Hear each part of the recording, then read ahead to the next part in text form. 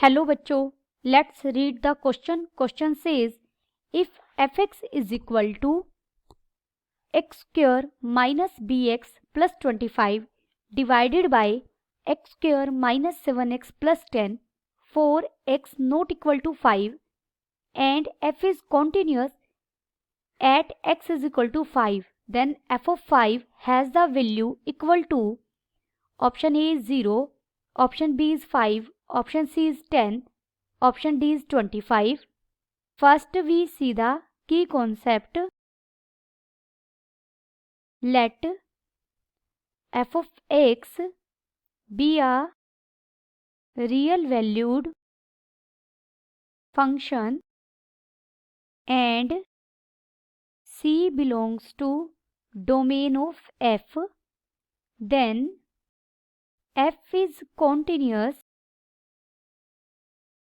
at x is equal to c if limit x tends to c f of x is equal to f of c. Function की limiting value किसी point c पर अगर function की value at c के equal हो, limiting value functional value के equal हो at x is equal to c, तो हमारा फंक्शन कैसा होगा? कॉन्टिन्यूअस.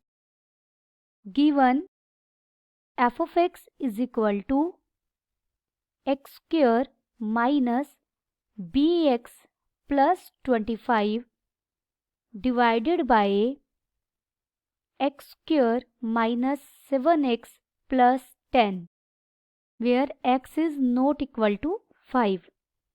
Also हमें क्या चीज गिवन है? Given f of x is continuous at x is equal to 5. देखिए, हमें वैसे तो f of 5 फाइंड आउट करना है. f of 5 हम कैसे फाइंड आउट करते हैं? नॉर्मली आप x की जगह 5 पुट कर दीजिए, लेकिन यहाँ b एक कांस्टेंट है जिसकी वैल्यू हमें फाइंड आउट करनी है. इसकी वैल्यू हम किसकी हेल्प से करेंगे कि फंक्शन कॉन्टिन्यूअस गिवन है at x is equal to 5. अगर फंक्शन कॉन्टिन्यूअस है तो limit x tends to 5 f of x equal होगा f of 5 के. नाउ पहले हम लिमिट फाइंड आउट करेंगे. Limit x tends to 5 f of x is equal to limit x tends to 5. Function क्या है हमारा? X square minus b x plus 25 divided by x square minus 7x plus 10. जो ये denominator में दिया गया है इसे हम सॉल्व करेंगे. सिर्फ मैं इसे सॉल्व करके यहाँ दिखा रही हूँ. देखिए, माइनस 7x को लिख सकते हैं हम minus 5x minus 2x plus 10. x common लेंगे x माइनस 5 माइनस 2 कॉमन लेंगे x माइनस 5, तो ये बन जाएगा x minus 5 into x minus 2. This is equal to limit x tends to 5 x square minus b x plus 25 divided by x minus 2 into x minus 5 बन जाएगा ये. अब देखिए, हमें x की लिमिट 5 पर फाइंड आउट करनी है, तो आप x की जगह क्या सब्स्टिट्यूट करेंगे? 5. जैसे ही मैं x की जगह 5 रखूंगी तो डिनोमिनेटर क्या हो जाएगा? 0, क्योंकि x को 5 रखते वो पूरे को 0 कर देगा. और इसकी वैल्यू अगर ऊपर 0 के अलावा कुछ और आ गई, मान लीजिए 2 आ गई, 3 आ गई या वट एवर a आ गई, a बाय 0 किसको रिप्रेजेंट करेगा? इन्फिनिटी को. अगर नेगेटिव में आ गई तो माइनस इन्फिनिटी को रिप्रेजेंट करेगा. लेकिन ये तो फंक्शन की लिमिटिंग वैल्यू परमिसिबल नहीं है. हमें कहा है फंक्शन की वैल्यू एग्जिस्ट करती है तभी फंक्शन कॉन्टिन्यूअस है. का मतलब क्या हुआ कि अगर डिनोमिनेटर में 0 है तो न्यूमरेटर में भी मस्ट भी 0 होना चाहिए इसे. तभी आप ये कह सकते हैं कि 0/0 फॉर्म बन रही है और हम इसे आगे सिंप्लीफाई कर सकते हैं क्योंकि 0/0 हमारी इनडिटर्मिनेंट फॉर्म है. This implies x square minus b x plus 25 की limiting value limit x tends to 5 must भी क्या होनी चाहिए? 0.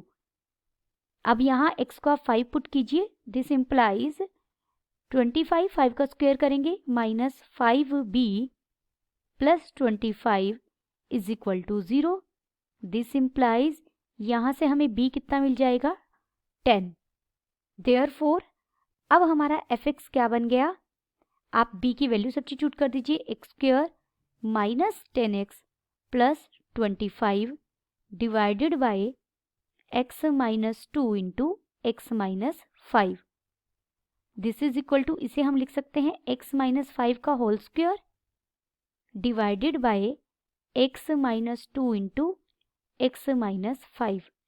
यहाँ x माइनस 5 एक्स स्क्वायर से कट जाएगा तो एफ ऑफ एक्स हमें कितना मिला, एफ ऑफ एक्स हो जाएगा x minus 5 divided by x minus 2।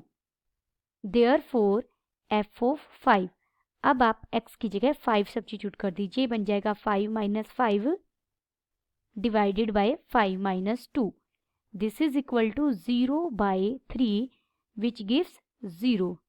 Therefore option A is correct. F of 5 की वैल्यू कितनी मिली 0। Option A is correct and all other options are incorrect. Hope you understood it well. Best of luck.